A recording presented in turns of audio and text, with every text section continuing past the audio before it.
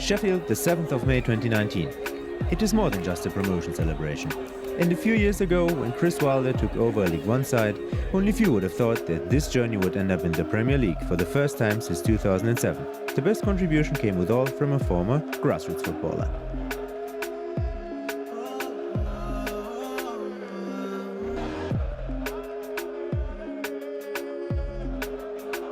Bar Jordan Rhodes, Basham hits the ball into the penalty area, McGoldrick goes for it, puts it into the danger zone and Billy Sharp bundles it in! Sheffield United have stolen this game late in the match.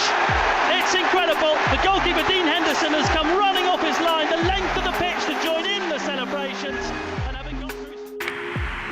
And this is where it all started for Billy Sharp. Waverley Lane, a small cluster of football pitches in the east of Sheffield. 20 years ago that was their record, and as you can see it was 158 goals for and only 2 against.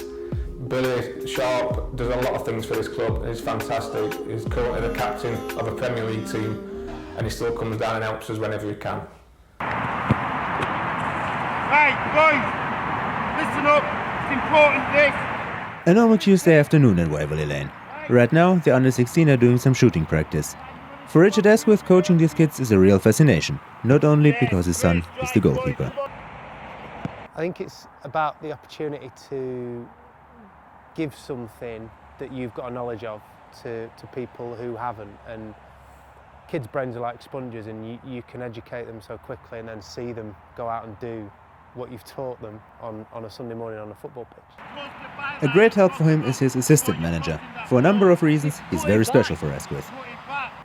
His enthusiasm, his knowledge, his experience, he's highly qualified as a coach, but he's just an enthusiastic guy, and the way he communicates with the kids, the information that he gives over, plus he's very different to me in the way that he communicates that information. He's got a different way of saying the same thing, and sometimes, you know, I might give you a piece of information that makes perfect sense, but the guy stood next to you will wonder what on earth I'm on about.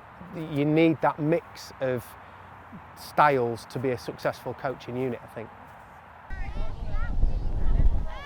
Middlewood Rovers are a club with 23 teams and almost 300 players, boys and girls.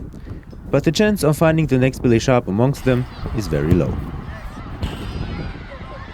From grassroots football, it's about 0.02% that are currently playing in a professional academy will make it into the top 4 leagues. Not as many as should, and there's a lot of kids out there that are better than the ones that do actually make it. You'll see some children and you think, wow, fantastic players, but for whatever reasons they just fall out of love with the football, fall out of love with the game. One of the reasons is this. Many young players try very hard to achieve their dream and make it into the Premier League, playing one day at Bramall Lane or at the very top. To increase their chances, they go from grassroots to football academies. But that's where sport turns to business, with all pros and cons. It's tough. You know, academies, I've coached at that level and I've seen it from the inside, and it's difficult because academies are a business, and their business is creating talent for the professional club, for the first team. And anything outside of the top 4, 5, 6 teams in the Premier League, they're creating talent to play in the first team, to go in the shop window, to sell to a higher division club or a club higher up in their own league, to make money, to continue to pay for the academy or make signings for the first team. The example of Huddersfield a couple of years ago closing their academy down because they kept losing all their best players to Man United, Man City, Tottenham, Liverpool. But certainly over the years, what they do is they come in and they take the 3, 4, 5 best players out of a team and they take them away and they say you can't play for your grassroots team anymore. And then a year later that kid gets released, told he's not good enough, told he's not tall enough, whatever the reason is, and he's lost his way now. He's lost that connection he had with his friends, and he's 9 years old and he's suddenly got to deal with being told he's not good enough, or being told, you know, he doesn't run fast enough, or he runs funny, or whatever it might be. And that's incredibly difficult for a kid to deal with, and we lose those kids to the sport. I feel that it's from a young age they're getting better coached, so surely having better coaches, having more coaching sessions is better for that player. Being able to play against better players in better facilities or other academies is only a plus thing. I think in some aspects I agree with Richard what he's saying in terms of, yeah, there is more to be done when players get released from pro clubs. That's improving, that's getting better.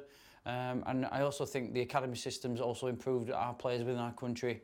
And obviously if you look within not only Yorkshire, but if you look at the England first team, 5 or 6 players from Yorkshire are in that team. So something's going well within our area, especially within the academy football. Crosspool Sheffield. The competitive thinking here is by far not as high as in the academies. Hallam FC are playing at Sandygate a friendly against Chesterfield. Founded in 1860, they're the world's second oldest football club. We are very proud of our club and obviously the history that comes with it, especially having the oldest ground. You know, there's an awful lot of players here which, you know, have played at high levels before. Some have played at Wembley for certain cups, but you know, as there is a nostalgic value of playing for the second oldest club and playing at the oldest ground. For the game against Chesterfield, Hallam FC had an attendance of 402. That's also how Ian Jones fell in love with the club. From coming here as a fan to becoming a volunteer. Actually, one of Hallam FC's most noticeable characteristics is their fan base, which is huge for a grassroots club. Last year we averaged in the league 265 fans, which for this level of football is outstanding. I think the rest of the league you're looking at about an average of 120, 130 if you're lucky. So we're doubling most of the clubs in this league. I think it's down to the facilities, it's down to it being such an inclusive club, an inviting club, family orientated, and it's brilliant to get so many people through the door.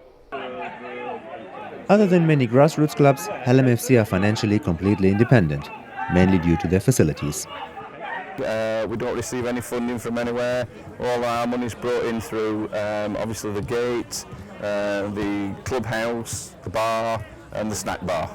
And local sponsors, advertising, as you see lots of advertising around the ground. Having a good pitch or decent facilities is not obvious for all grassroots clubs. Last season, 150,000 games had to be cancelled due to poor pitch quality, and the facilities Middlewood Rovers have got are exceptional for a junior grassroots club. They turned 2 old ship containers into a cafe and a dressing room. The containers itself were a big investment, £6,000 each, and if something looks nice, it gets eyed. Middlewood Rovers had to deal with 2 break-ins in the cafe in the last 3 months. The damages added to their costs. You know, the cost to run this club, so this club's turnover last year was £28,500, and half of that went on providing this facility. This entire club, all the money that came in and went out last year was £28,000. That's less than a week's wages for the average Premier League footballer, and that's for one club. We've got 23 teams here and nearly 300 players, and the amount of money it took to run the club is less than a Premier League player earns in a week. There's a lot of other clubs out there, junior-wise, that are not as fortunate as us. We've got our own ground and our own facilities. A lot of teams out there haven't got their own ground and their own pitches, and they've just got to get whatever they can. For example, new 3G pitches that can be found all around the country. The Football Foundation has written in their new FY17 to FY19 strategy: the prime objective of the foundation is to invest in local grassroots football facilities with a view to improving the quality and experience of playing at the grassroots level. They want to achieve this with 3 different methods: single-site investments, helping clubs on site, the Park Life City Hub program, and Premier League club hubs. But does this really address the issues of grassroots football clubs? We've seen in Sheffield, you know, we were a pilot scheme for the FA's football hubs plan. And they spent, I think it was 50 million quid building 4 football hubs in Sheffield. I can't afford, my team can't afford to play a game at the hub. It's too expensive. It's £120 an hour for an 11-a-side pitch. Can't afford it. But there are other ways how the Football Foundation, or the Sheffield and Hallamshire County FA to be precise, help grassroots clubs like Middlewood Rovers. My role is to support them in terms of improving their facilities. So one aspect is improving their grass pitches, where they've recently had some support in terms of a maintenance programme. We're now in the process of going for an application to get them to have a better facility at their site in terms of a clubhouse pavilion, and ensuring that club can last for many, many years and offer grassroots football for that community as well. Yet, there are still many things to do to keep grassroots football alive. No matter if Hallam FC or Middlewood Rovers, they all share similar concerns on the future of grassroots football. There'll be a lot of teams in 10 years who are struggling because of the finances going up and the costs of various stuff going up and up. There'll be a lot of teams that rush through it all and get bigger and stronger. Either dead or completely different to what it is today. I think grassroots football covers a lot of different aspects. You're not just talking junior clubs like us, you're talking amateur men's football, you're talking women's football, you're talking walking football. There's so many different aspects to it. I think grassroots sport as a whole has to be more important to the national game. Where you stood now, 100 years ago, this was the top of a series of sports pitches that were for all the big manufacturing works in Sheffield, and it ran from here, from that back corner over there, it ran from there all the way down to where Meadow Hall is now. And it was football pitches and cricket pitches and bowling greens and allotments all the way down. It's all gone. This is all that's left. This and Oliver's Mount across the road. That's what's happened to grassroots sports, because the routes into it have been cut off. Pubs have closed, factories have changed into internet businesses and so forth. So we've got to find a way of reigniting that pathway into football for adults and for young men and young women.